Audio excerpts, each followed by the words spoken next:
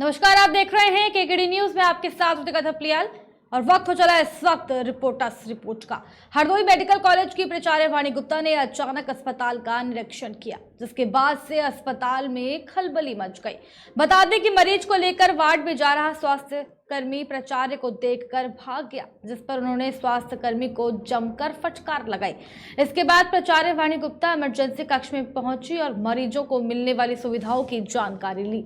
Labour room में गर्भवती के साथ कई महिलाएं मौजूद थी, जिसको लेकर उन्होंने सुरक्षा कर्मी और स्वास्थ्य कर्मियों से नाराजगी जाहिर की।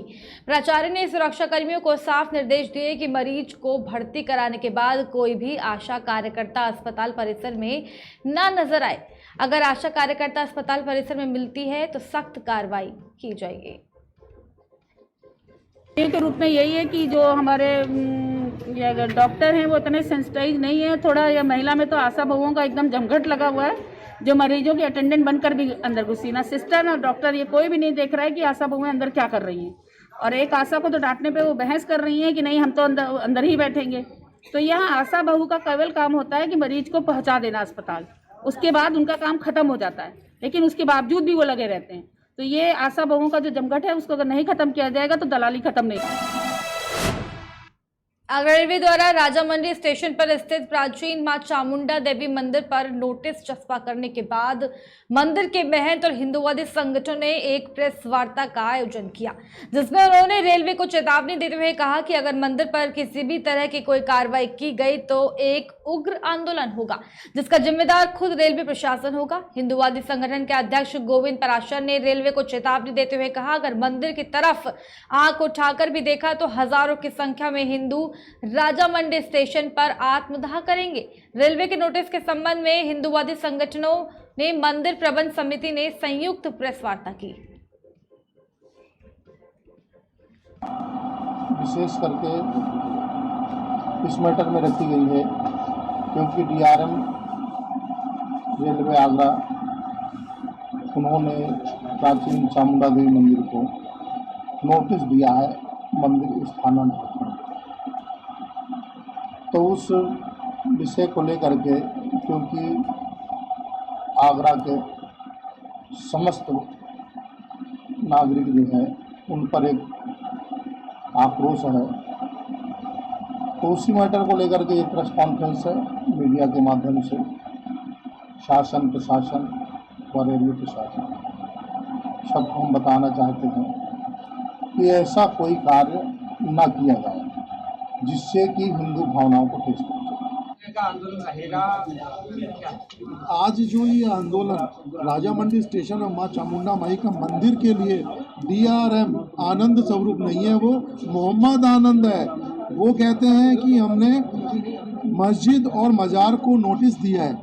मैं ये कहता हूँ कि कल 4 दिन पहले जो मस्जिद और मीनार बना के जबरदस्ती प्राकृतिक बना के उनको नोटिस दिया जा रहा है, केवल सनातन धर्म को, हिंदू धर्म को बेवकूफ़ बनाया जा रहा है। एक ट्वीट वायरल हो रहा है उनका कि मंदिर अगर नहीं हटाया तो स्टेशन को बंद कर देंगे, और ऐसे में लगातार आपका आंदोलन चल रहा है, तो किस तरह की आगे की रणनीति तैयार रहेगी? देखिए, हमारी रणनीति बिल्कुल क्लियर है।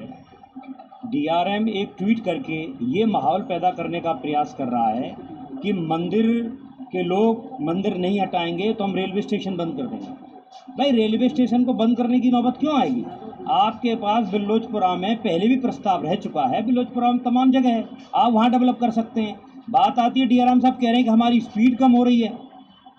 आप मुझे ये बताएं, मैं रेलवे प्रशासन से और मीडिया के माध्यम से कहना भी चाह रहा हूँ और उनसे पूछना भी चाह रहा हूँ कि रेलवे ने जब रेल लाइन डाली तो रेलवे ने जब रेल लाइन डाली, जब वहाँ पर मंदिर नहीं होता, अगर नहीं था तो रेल लाइन क्यों टेढ़ी डाली? उन्होंने कर्व क्यों डाला? इसका मतलब है कि वहाँ पर पहले से ही मंदिर मौजूद था। तो मंदिर तो ब्रिटिश कालीन समय में, जैसा महाराज जी ने बताया है कि ब्रिटिश काल में भी मंदिर को नहीं हटाया गया, और रेलवे अपनी हठबढ़ता पे है। मैं मानता हूँ कि डीआरएम जो है। सोनभद्र के रॉबर्ट्स नगर में अवैध स्टैंड बनाकर डग्गामारी करने वालों प्रशासन के आदेश के बाद आखिरकार प्रशासन को अपनी कार्रवाई करनी पड़ी। प्रशासन ने कार्रवाई करते हुए पूरे दिन ऑटो और बस चालकों के चालान काटे। साथ ही पुलिस टीम ने अवैध वाहन स्टैंड पर वाहनों को जब्त कर सीज कर दिया। पुलिस की कार्रवाई से स्टैंडों पर खड़े वाहन चालकों में हड़कंप मच गया। कि घनी आबादी वाली बस्तियों में जो अवैध टैक्सी स्टैंड थे उसको उत्तर प्रदेश शासन के आदेश पे हटाया जा रहा है अभियान चलाकर, तो उसी में हम लोग पुलिस प्रशासन के सहयोग से हटा रहे हैं ताकि आम जनता को कोई दिक्कत ना हो। सर कहीं तो देखा जा रहा था कि कई मतलब यहाँ पे नंबर टेकर अवैध रूप से जो है स्टैंड को संचालित कर रहे थे, उन पर कार्रवाई भी होगी? हाँ बिल्कुल कार्रवाई होगी। शासन का स्पष्ट आदेश है, जो चल रहे हैं उनको हटाया भी जाएगा और उन पर कार्रवाई भी की जाएगी। सर ये देखा जा रहा है कि इसके अलावा जो फ्लाईओवर के नीचे अतिक्रमण अलग से भी मतलब किया गया है स्टैंड के अलावा, तो स्वच्छता को देखते हुए यदि उसकी सफाई हो जाए तो नगर कभी शुद्ध हो सकता है। बिल्कुल बिल्कुल, टैक्सी स्टैंड हटाने के बाद हम लोग चरणबद्ध तरीके से पुल के नीचे जो भी अवैध अतिक्रमण है उसको भी हम लोग धीरे धीरे सब हटा देंगे। कि घनी आबादी वाली बस्तियों में जो अवैध टैक्सी स्टैंड है उसको उत्तर प्रदेश शासन के सोनभद्र के रॉबर्ट्सगंज नगर में अवैध स्टैंड बनाकर डग्गामारी करने वालों पर शासन के आदेश के बाद आखिरकार प्रशासन को अपनी कार्रवाई करनी पड़ी। प्रशासन ने कार्रवाई करते हुए पूरे दिन ऑटो और बस चालकों के चालान काटे। साथ ही पुलिस टीम ने अवैध वाहन स्टैंड पर वाहनों को जब्त कर सीज कर दिया गया। पुलिस की कार्रवाई से स्टैंडों पर खड़े वाहन चालकों में हड़कंप मच गया। कि घनी आबादी वाली बस्तियों में जो अवैध टैक्सी स्टैंड थे उसको उत्तर प्रदेश शासन के आदेश पे हटाया जा रहा है अभियान चलाकर, तो उसी में हम लोग पुलिस प्रशासन के सहयोग से हटा रहे हैं ताकि आम जनता को कोई दिक्कत ना हो। सर कहीं तो देखा जा रहा था कि कई मतलब यहाँ पे नंबर टेकर अवैध रूप से जो है स्टैंड को संचालित कर रहे थे, उन पर कार्रवाई भी होगी? हाँ बिल्कुल कार्रवाई होगी। शासन का स्पष्ट आदेश है, जो चल रहे हैं उनको हटाया भी जाएगा और उन पर कार्रवाई भी की जाएगी। सर ये देखा जा रहा है कि इसके अलावा जो फ्लाईओवर के नीचे अतिक्रमण अलग से भी मतलब किया गया है स्टैंड के अलावा, तो स्वच्छता को देखते हुए यदि उसकी भी सफाई हो जाए तो नगर कभी शुद्ध हो सकता है। बिल्कुल बिल्कुल, टैक्सी स्टैंड हटाने के बाद हम लोग चरणबद्ध तरीके से पुल के नीचे जो भी अवैध अतिक्रमण रायबरेली में एक हीरो सीएचसी के एक कर्मचारी ने सीएचसी के बाहर स्थित एक मेडिकल स्टोर संचालक पर खुद को प्रताड़ित करने का आरोप लगाया है। मामला सामने आने के बाद से सीएचसी के कर्मचारियों में काफी आक्रोश व्याप्त है। कुछ कर्मचारियों का कहना है कि मेडिकल स्टोर संचालक बाहर की दवाएं खिलवाने के लिए लोगों पर दबाव बनाता है। निजी स्वार्थ की पूर्ति न होने पर सत्ता की हनक दिखाकर कर्मचारियों को प्रताड़ित और परेशान किया जा रहा है। बताया जा रहा है कि मेडिकल स्टोर संचालक हीरो के वर्तमान भाजपा मंडल अध्यक्ष का बेटा है। ये हमारे सुबोधन जी हैं और हमारे सीएससी में कार्यरत हैं। आज इनके साथ बड़ी अजीबोगरीब घटना हुई है। आइए इन्हीं से जानकारी लेते हैं कि इनके साथ क्या घटा है। बताइए सुबोधन जी। सर मैं अपने ऑफिस में कार्य कर रहा था जी। मेरा नाम सुबोधन एनएमए के पद पर तैनात हूँ, लेकिन डॉक्टर के द्वारा जो भी कार्य दिया जाता है मैं यहाँ विधिवत काम करता हूँ सीएससी के अंतर्गत, सीएससी के अंदर। और आज मैं अपने ऑफिस में 12:30 पौने 1 बजे लमसम की घटना है।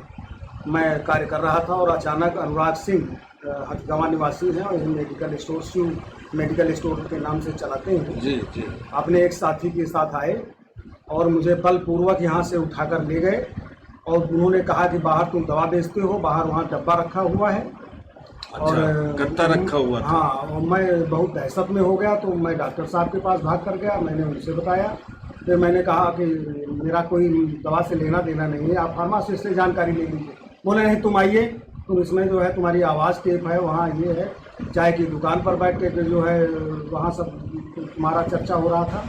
मैं वहाँ भी जा कर के डॉक्टर साहब को लेकर के, फार्मासिस्टों को लेकर के और काफ़ी स्टाफ को लेकर मैं वहाँ जब पहुँचा हूँ तो वहाँ पर जो है सब कुछ निराधार निकला। वह एक आशा है सरोज सिंह दुकना की मेड़ौली की, और उसमें ये खेती से जैविक संबंधित जो है दवाएँ थी, तो किसी काम चाहिए होगी इसके बारे में मुझे नहीं पता। लेकिन बाद में वो लड़का भी आ गया और सब और धमकी देते हुए मुझे गए हैं कि अब इस बार तो बच गए हो लेकिन अगली बार नहीं बचो। अच्छा, तो मैं बड़ा भयभीत था कि ये क्या मामला हो गया, मैं कुछ समझ पाता। और करीब आधा घंटा सरकारी कार्य खबर जम्मू कश्मीर के पुंछ से है, जहां तहसील सुरनकोट में जम्मू कश्मीर सरकार द्वारा 4 महीने से अधिक समय के बाद ऐतिहासिक मुगल रोड को आम जनता के लिए खोल दिया गया है। पिछले कई महीनों से हर कोई इस सड़क को खोलने की अपील कर रहा था। आखिरकार राज्यपाल मनोज सिन्हा इस ऐतिहासिक सड़क को आम जनता के लिए खोलने पर राजी हो गए हैं, जिससे अब लोगों को दिक्कतों का सामना नहीं करना पड़ेगा।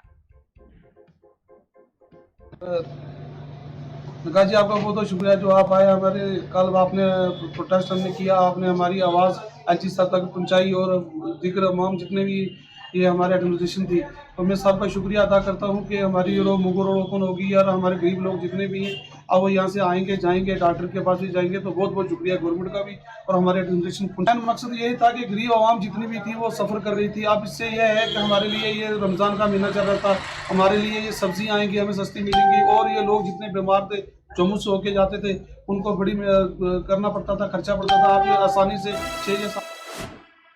अमेठी में डीएम राकेश कुमार मिश्र ने तहसील गौरीगंज का स्थल निरीक्षण कर संबंधित अधिकारियों को आवश्यक दिशा निर्देश दिए।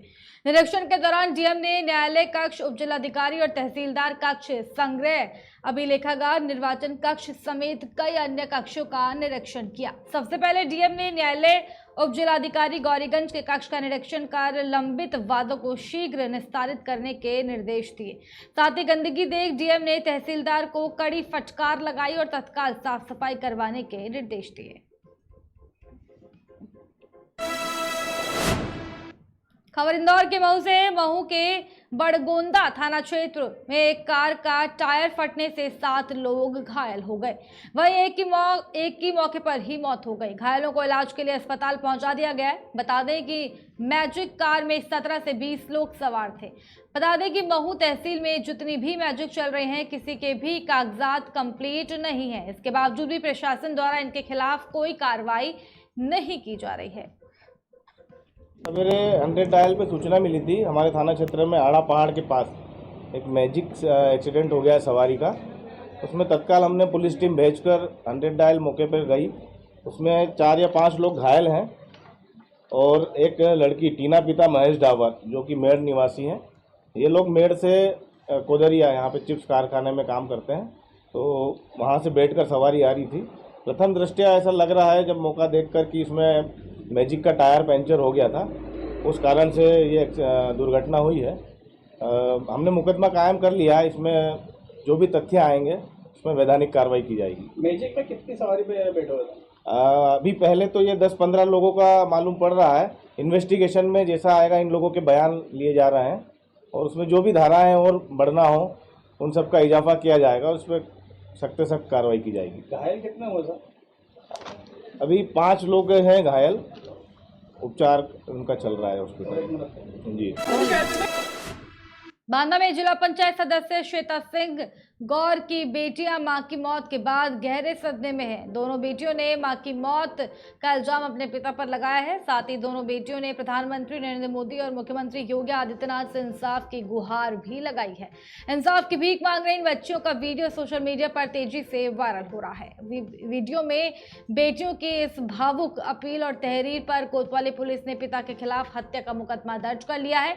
बच्चियों का कहना है कि उनके पिता श्वेता सिंह गौर के साथ मारपीट भी करते थे। बता दें कि बीते दिन बांदा के जसपुरा ब्लॉक में वार्ड नंबर 12 से जिला पंचायत सदस्य और भाजपा नेत्री श्वेता सिंह गौर का शव पुलिस ने बरामद किया था। गौरी क्या चाहती हैं आप? क्या मोदी जी होगी जी मम्मी को न्याय दिलाइए। क्या हुआ था मम्मी के साथ बेटा? बुरा किया हमारी मम्मा के साथ। क्या किया बेटा? आज जब मैं सुबह स्कूल आई थी कल, तो मुझसे कहते हैं कि जब तुम स्कूल से वापस आओगी तुम्हारी माँ तुम्हें वहीं मिलेगी। और लखनऊ में भी कह रहे थे कि बांदा जाके तुम्हारी माँ को मार दूंगा। मेरी दादी, बाबा, बड़े पापा सबको जेल भिजवा। इन सब ने मेरी माँ को मार डाला, ताने मार मार के। क्या परेशान भी करते थे? किस तरह से प्रताड़ित करते थे आपकी माँ को? गालियाँ देते थे, बुरा बुरा बोलते, सोसाइटी में बेइज्जती करते थे। मेरे बाबा मुझसे कहते, पापा मेरी माँ को गाली देते थे, कहते थे कि बड़े पापा कुछ नहीं कहते थे, बड़े पापा तो अच्छे थे, पर बाबा मेरे कहते थे कि हम लोग को प्राइमरी स्कूल में पढ़ाए। राम बहादुर सिंह, रिटायर्ड DIG, पति दीपक सिंह गौर, सास व जेठ के खिलाफ एक प्रार्थना पत्र दिया गया है, जिस पर धारा 302, 498A 3/4 DP एक्ट का अभियोग पंजीकृत करके विवेचनात्मक कार्रवाई की जा रही है। सर अभी तक कितने लोगों की गिरफ्तारी की गई है? ये विवेचना का विषय है। अभी मेडिकल रिपोर्ट और पोस्टमार्टम रिपोर्ट के आधार पर विवेचनात्मक कार्रवाई के उपरांत पर्याप्त साक्ष्य पाए जाने पर गिरफ्तारी की कार्रवाई की जाएगी। क्या कुछ साक्ष्य मिले सर? नहीं, अभी तक जो पोस्टमार्टम रिपोर्ट से साक्ष्य मिला है उससे ये स्पष्ट है कि हैंगिंग है। हैंगिंग का मतलब ये होता है कि वो आत्महत्या है।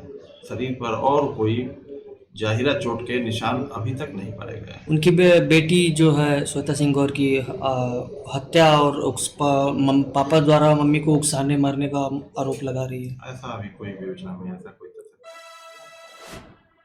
मथुरा के गोवर्धन में नैनूपट्टी ग्राम पंचायत के गांव नगला खुजिया में पीने के पानी की किल्लत लगातार बढ़ती जा रही है।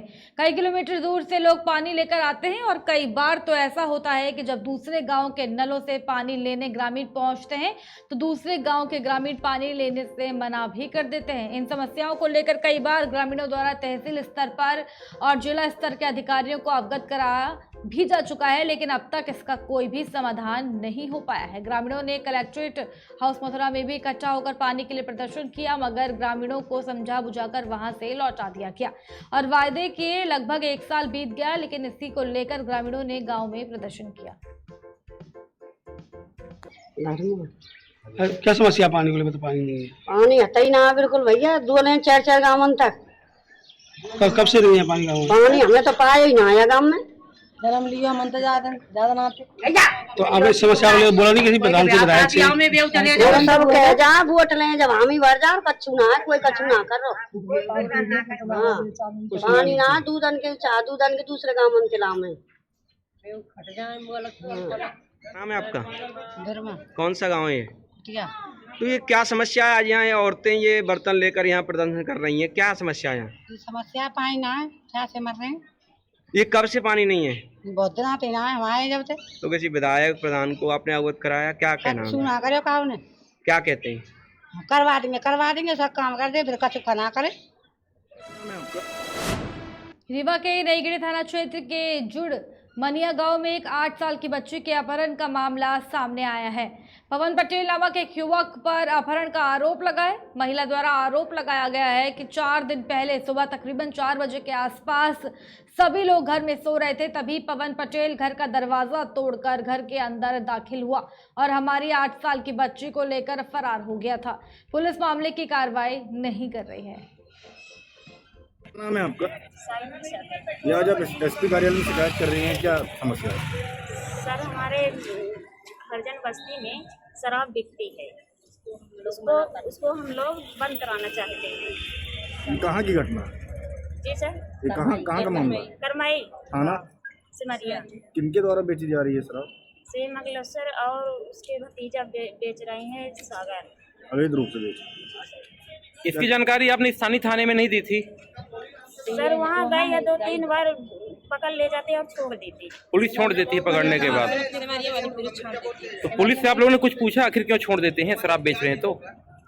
हम लोगों को कुछ नहीं, हमारा कोई सुनाई नहीं है ना सर। शराब बेचने से गांव का क्या माहौल है? गाँव का माहौल यही है कि सर 10 गाँव के लोग आते हैं और वहाँ गंदी गाली देते हैं। गांव का माहौल खराब हो रहा है। और लेडीज लोग हम लोग अकेला रहते हैं तो वहाँ घर में भी घुसते हैं। आज आपने